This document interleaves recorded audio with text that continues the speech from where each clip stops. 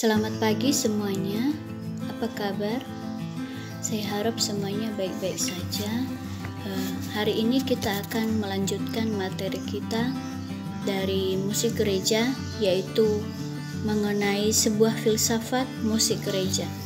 Sebelumnya saya mengingatkan kembali bahwa musik gereja ini sangat penting dalam ibadah. Mengapa?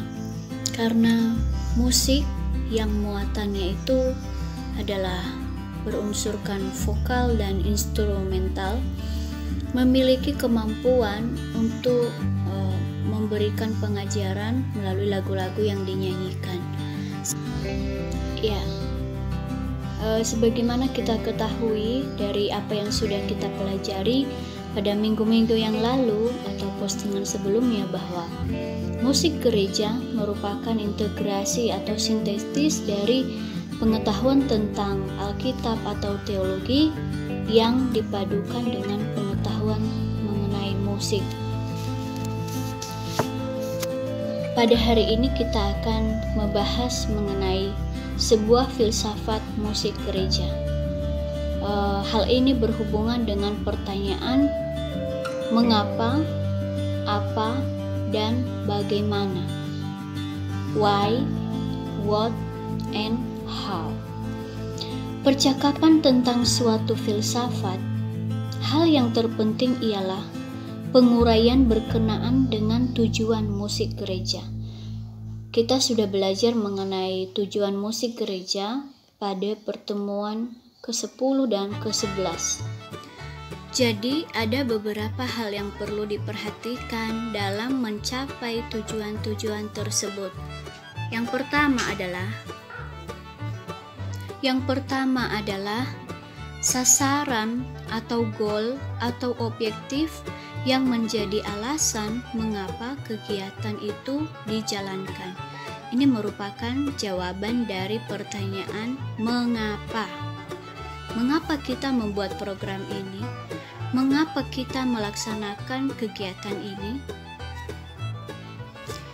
Yang kedua adalah kegiatan apa saja yang dapat kita lakukan untuk mencapai tujuan-tujuan tersebut.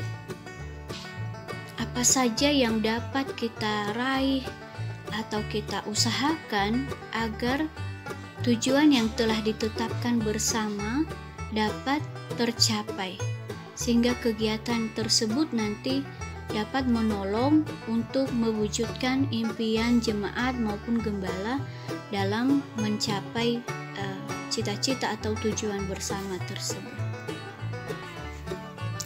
Jadi satu tadi mengapa, dan ini yang kedua adalah apa. Ya.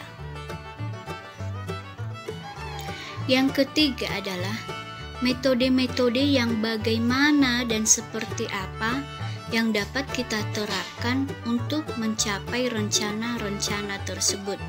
Kita tahu bahwa banyak metode, tetapi tidak semua metode itu cocok dibawa ke dalam gereja. Mungkin cocok dalam gereja secara umum, tetapi secara khusus apabila dimasukkan atau diterapkan dalam musik gereja mungkin tidak cocok, sehingga perlu pertimbangan seorang pemimpin musik dalam hal ini. Bagaimana metodenya dan apa metode yang sangat tepat untuk digunakan dalam hal ini. Integritas suatu program terletak pada kesetiaan para pelaksana dan kerjasama mereka untuk melakukannya secara bersama-sama dan saling mendukung sehingga terwujud impian-impian tersebut.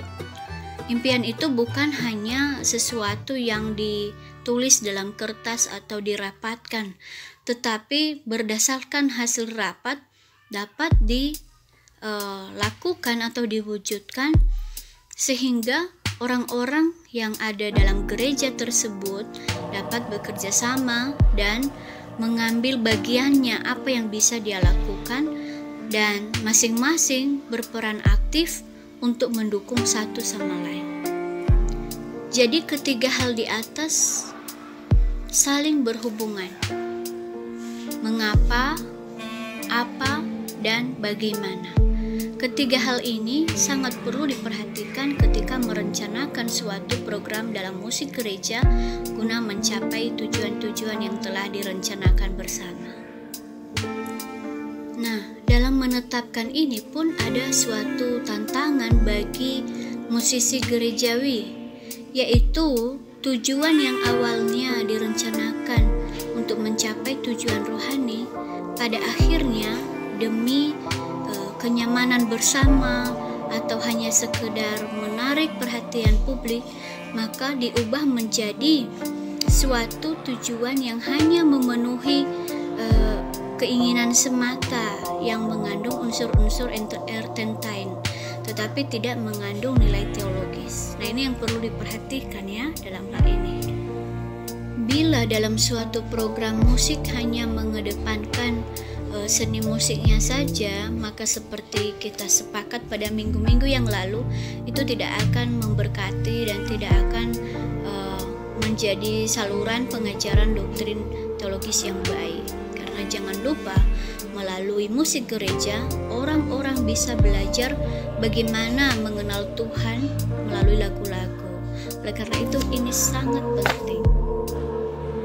Ada satu hal lagi yang paling sering terjadi, ini bukan menghakimi, tetapi mungkin ada yang sudah dapat melihat fenomena-fenomena di sekitar kita, bagaimana seorang pemimpin musik menghalalkan segala cara untuk mengumpulkan massa agar semakin banyak orang yang datang ke gereja mendengar musik dan melakukan segala hal yang dapat dilakukan tanpa memperhatikan muatan teologisnya.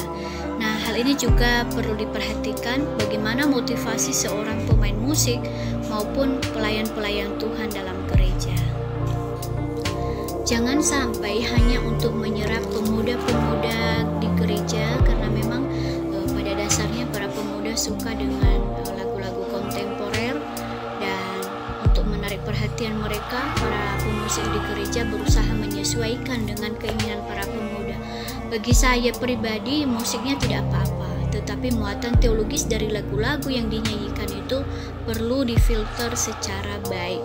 Kalau bisa komunikasi dengan gembala atau majelis yang paham teologi.